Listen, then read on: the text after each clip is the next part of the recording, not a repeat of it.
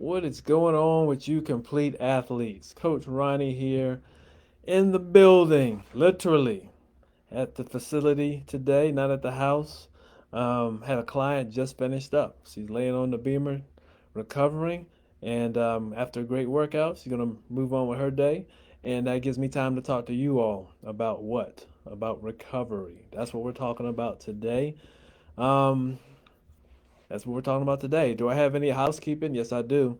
I told you, free. I have free products coming, free for you guys. Free stuff. Let's just go with that. Free stuff is coming. It's going to be introduced this week, so I want you guys to check that out. I just realized today I'm missing two landing pages for your free gifts. So um, let me work on that. I literally just realized that. So let me work on that. But I'll post in the group, let you know what's going on. With that free stuff and my 8 week mindset and performance course is coming out really soon. So I'm going to market that to you all first. Basically, if you have an athlete or if you are an athlete that wants to improve mentally and physically, become the best athlete they can be, this is the most unique program you're going to come across. You're going to learn how to get over anxiety, any nervousness, any fear, anything that prevents you from performing at your highest level. There's a solution for it. You're going to learn your why. You're going to learn your why about why you do what you do. If it benefits you, we're going to strengthen it. If it is a challenge, then we're going to improve it. All right? And help you overcome it. All right. So again, complete athlete program starting. It's 8 weeks long, and be on the lookout for that. All right. So let's go ahead and dive right into this thing. What are we talking about? Like I said, recovery. Let me give you this intro right here, and we will dive in. So travel sports are intense between tournaments, practices, school, and road time. Recovery often gets overlooked, and it's costing athletes their performance, health, and long-term development. Today, we're going to break down the 5 recovery pillars every travel athlete needs to stay strong, sharp, and injury free no matter how busy the schedule gets. Whether you're a parent, coach, or athlete, you'll leave this live with actionable strategies to improve sleep and recovery between games, prevent burnout and overtraining, maximize performance during long tournament weekends. So, check this out. All right. So, and I always say this, we have so many members, so many new members. Thank you all. I'm showing my gratitude. I appreciate you all for being a part of this community. And just in case you don't know who I am, this is who I am. My name is Ronnie Kenyatta. I'm a former professional strength and baseball strength and conditioning coach. I work within the New York Mets organization for 12 years, where I help players get stronger, faster, and minimize injuries. And I do the same here with this group. But I also add a twist. I also help you or your athlete develop rock solid mindsets. All right. So let's talk about it. The recovery killer. This is it. We lead off with it. I put a great video. I'm gonna post it in the comment. A great video I found on Instagram. I'm gonna copy it to the clipboard and put it in the comments. And it's going crazy on TikTok. It's almost at 98,000 views the last I saw. But it deals with young athletes and their need for sleep. So I'm gonna grab that link right here and post it, like I said, in the comments. Let's do that. Boom. Okay, that's taken care of. So, the recovery killer: poor sleep on the road, poor sleep in general. Why travel disrupts sleep cycles. When we talk about traveling, the travel athlete might not. Let's talk about Atlanta. Might not leave the state of Atlanta for tournaments, but they will drive all around, literally the state of, well, Metro Atlanta, and I'm sure you people that work in travel sports can relate, right? Some of you travel, I know I have some volleyball players. They'll hop on a plane on a Thursday or Friday, travel to Philly, play a tournament, get back Sunday night. So the little, the flight, that type of traveling takes place as well.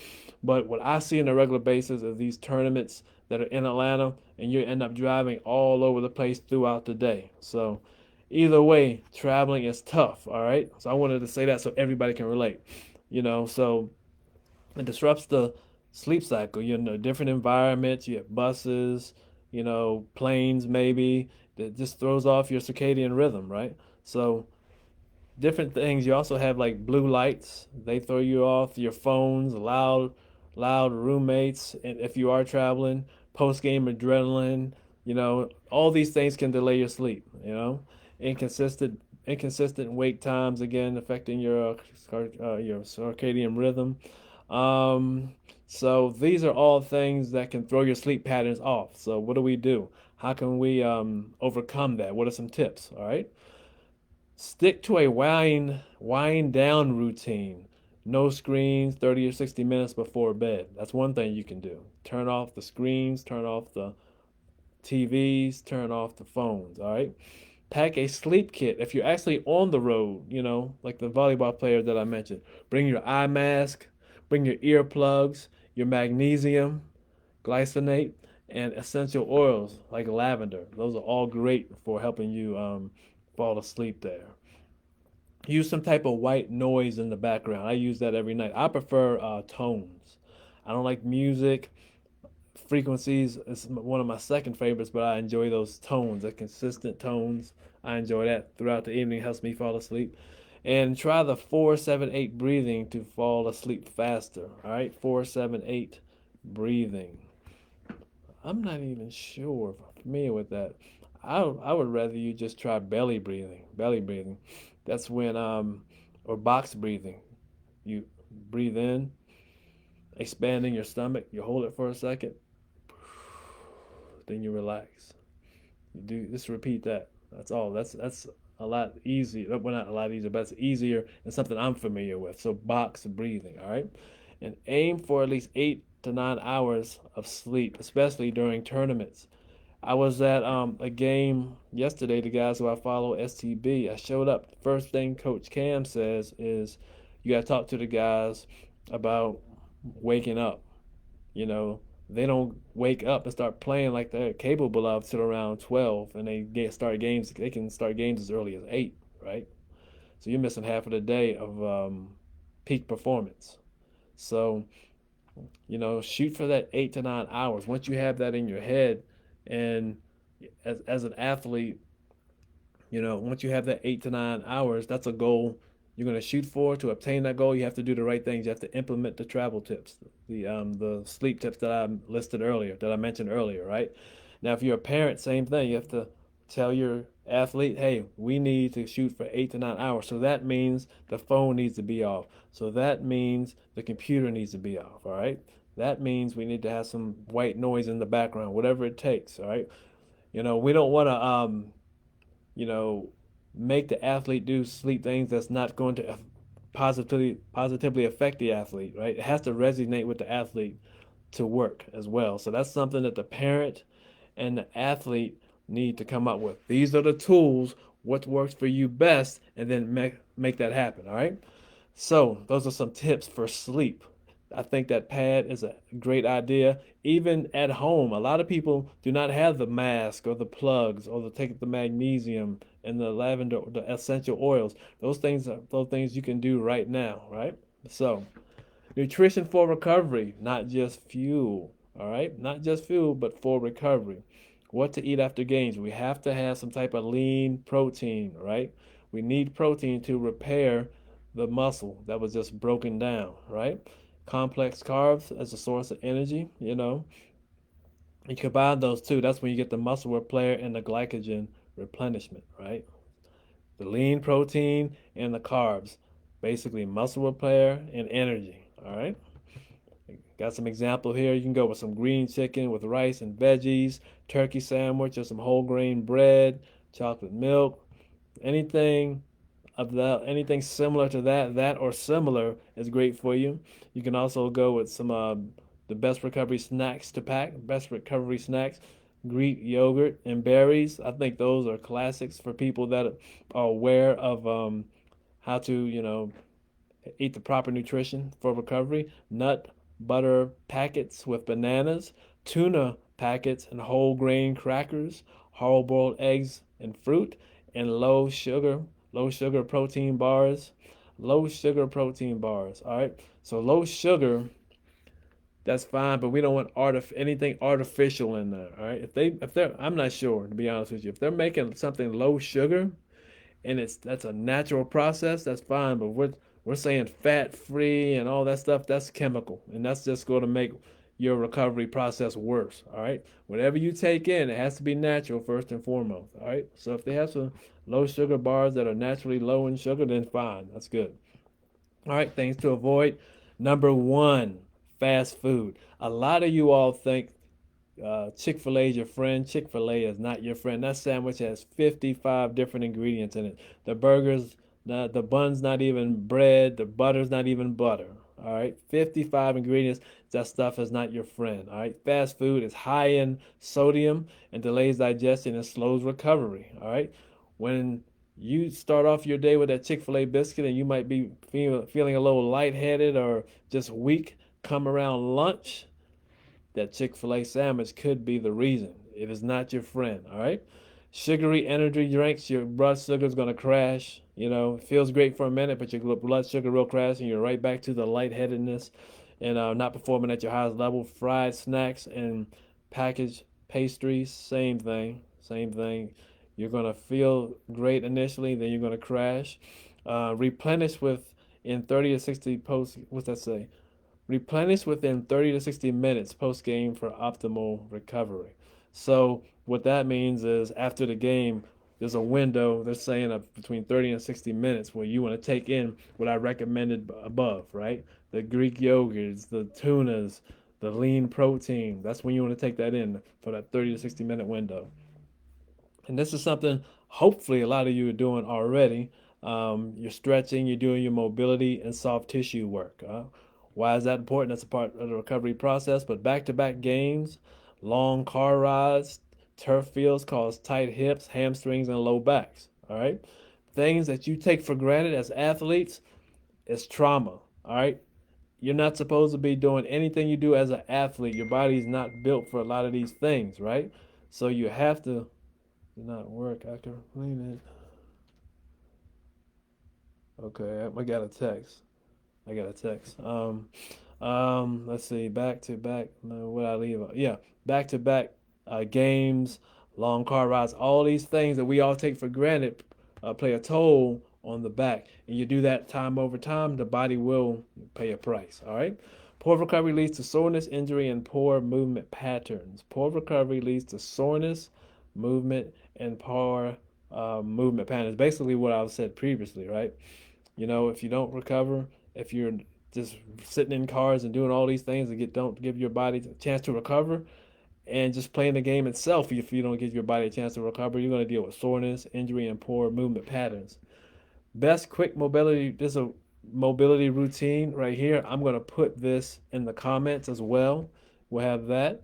And some of the tools that you can use, I'll put that as well. One of my favorites is the mini band and the massage ball and foam rollers and the foam rollers. These are all things hopefully as athletes you know about. Even parents, I hope you're familiar with these. If not, they will be listed in the comments. All right. Here's something that I 100% know you all take for granted: breath work and nervous system reset. Your central nervous system plays your sport. Period. All right. And there's very few athletes that are aware of this, parents as well, and it's something that needs to be addressed. I'll give you when you sprint hard, sprint hard and fast. That's a nervous system activity right there, right? You do that throughout a game, throughout a sport, your nervous system will be taxed, all right? So that's something we need to be aware of, all right? And so constant competition, travel, stress, stimulation keeps athletes in a fight or flight mode. Sympathetic nervous system. We have the parasympathetic nervous system and a sympathetic nervous system.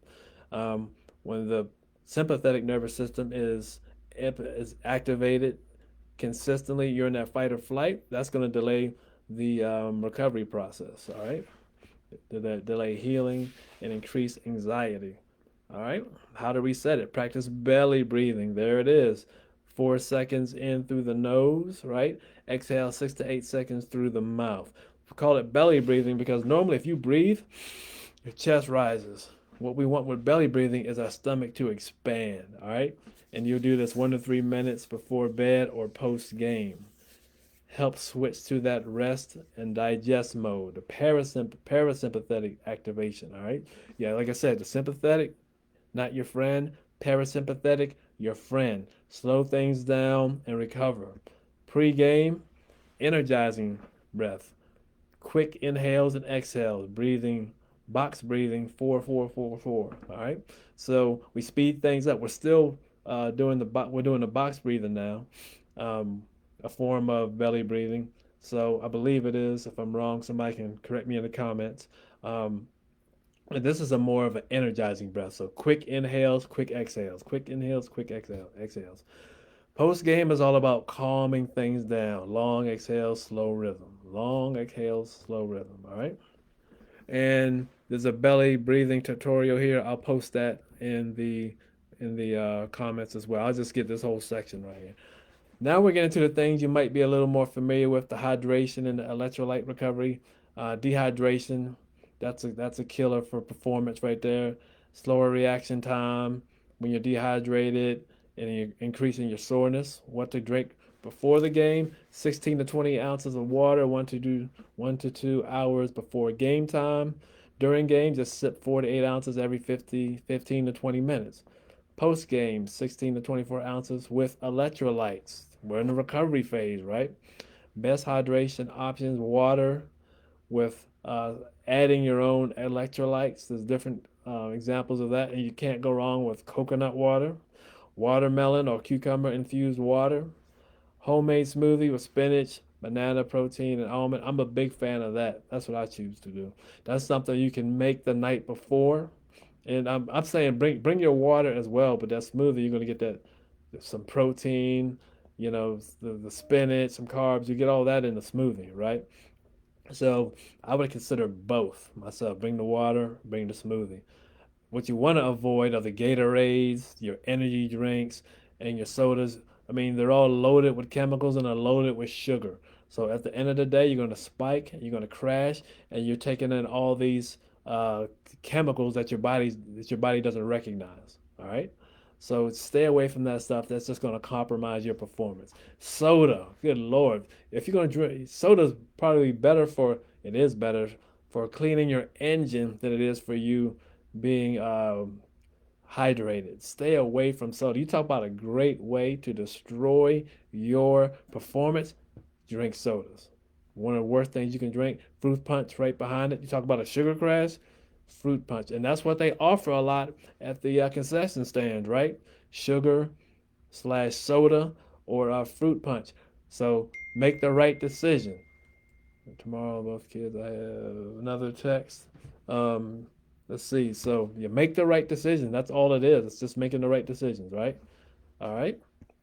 So, all right.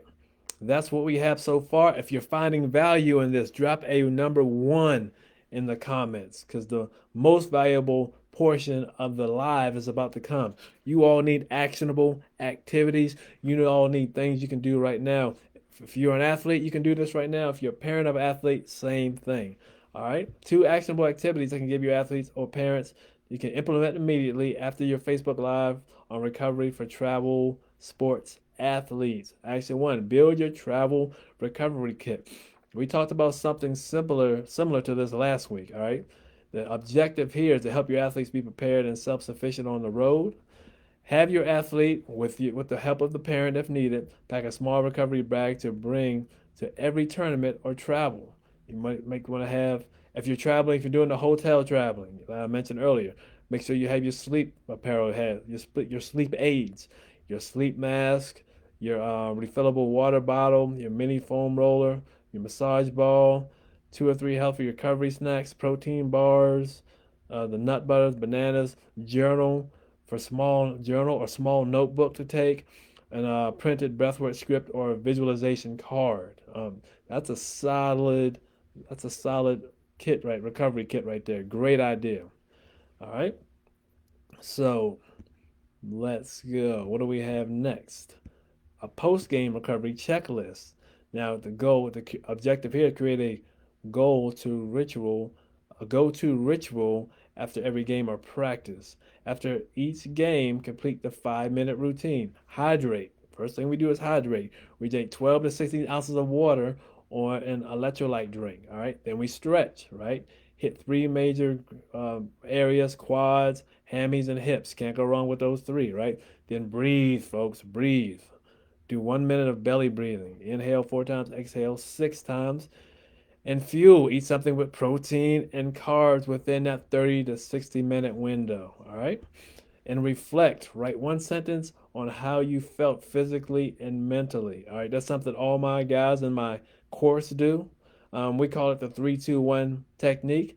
Three things that went well, three things that could have went differently, and three things that you would do all together. Three things that went well, three things that could have went better, and and one thing that you would do differently. I think I still said that wrong.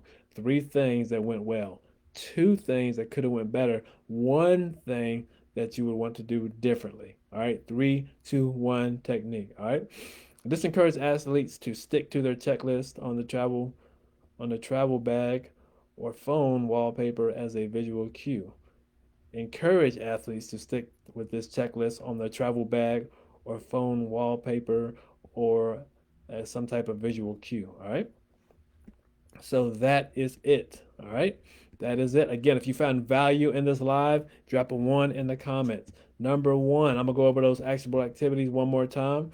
You're going to have build your travel recovery kit, everything I mentioned. I will put this in the comments as well. And number 2, your post-game routine, right? You're going to hydrate, stretch, breathe, and fuel. And I will put all this in the comments as well. So that is it. Another live in the books. 1, if you found value. I will see you all in the group this week, right? I will see you in the group this week. Let's keep the participation going. We have our regulars. Grateful for you all. Thank you. We have our newbies out there. I'd like to see you guys out there participating. We have tons of tournaments happening during the weekend. I want to know how your team did, all right? How your athlete did. And that is it. Again, have a great week. I'll see you in the group. Peace.